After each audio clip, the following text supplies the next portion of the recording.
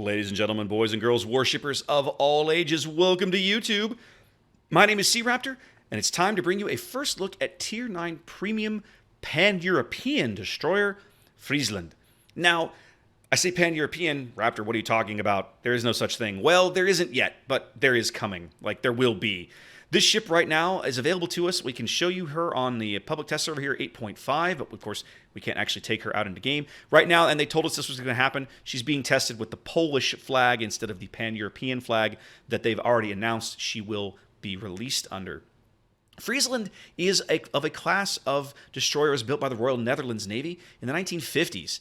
And this is a very unique destroyer to be coming into the game because, well, I can't think of any other ones like this. This destroyer has no torpedoes. This is going to be a very, very different style of play, I think, for some destroyer captains. And I'm going to be really curious to see how she plays, especially at high tier. So let's take a look, compare her to some of her contemporaries, and talk through the numbers. First things first, looking at survivability, 17,600 hit points puts her, well, pretty firmly in the middle of the pack, right? She's not on the high end. That still remains with the likes of Kitakazi, Tashkent, Nustrashimi, all that sort of thing. But 17.6 is not bad, right? It's doable. You can make this work, okay?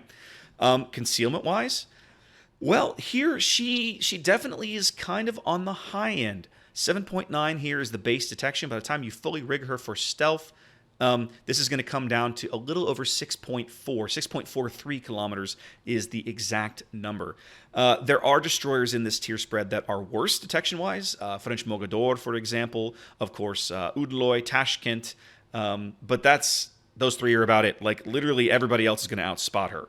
So, this is an all-gun destroyer. No torpedoes at all. And she has very, very high detection.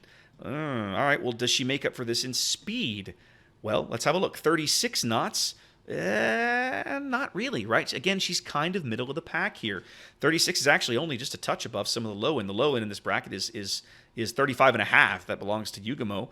I'm sorry, 35 knots on the black there. But still, it's just she's not really going to be able to run people down. And she does not have access to engine boost. So this this plus Sierra Mike is all you're going to get. Turning circle and rudder shift is, pretty comparable. Nothing outrageous there. So if she's all gun, right, what do we get? Well, you've got two of these turrets, right? One forward turret, one aft turret, double barrels. So 4 barrels total of 120 millimeter, 50 caliber shells. Now, this is going to be really interesting to see how these things play. 1.8 second reload time. You thought Atlanta put out a lot of shells? This thing's going to put out a lot of shells. She's only got 4 barrels, but they're all popping off just continually. And a 7.2 second reload time means 7.2 second turret traverse time. I don't want to find myself in a gunfight with this thing. I'll probably get my ass kicked, right? Like, yeesh. So 12.3 kilometer range on these. And I don't know. She's going to be really good at lighting fires, but these shells are going to get pens probably against superstructures. She's probably not going to get deck pens against battleships at long range. There will be some cruisers that she might be able to pen if she takes IFHE. So, I don't know. I think finding the right balance of captain skills with this main battery is going to be half the challenge of playing her.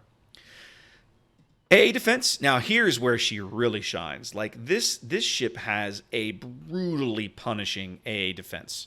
Long range, this is even close. This is the best long range defense aura of any tier 9 destroyer. Like, this is just punishing, both in terms of flak and in terms of effective AA. Same with this mid-range aura, right? This mid-range aura is just insane for a destroyer. She has no short-range aura, and that mid-range aura stops a click from the hull. So she does have a dead zone right up against the ship.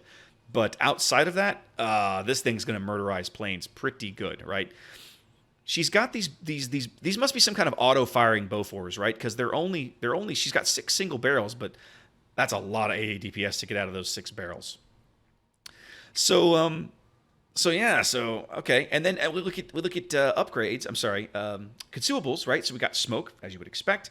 Defensive fire. This is going to go very well with that nasty AAR we just looked at. And then she has hydro.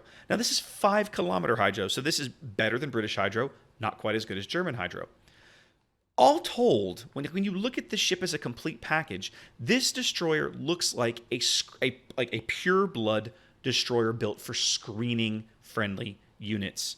She's got the defensive fire. She can really, like those numbers, she can seriously contribute to the AA defense of her fleet.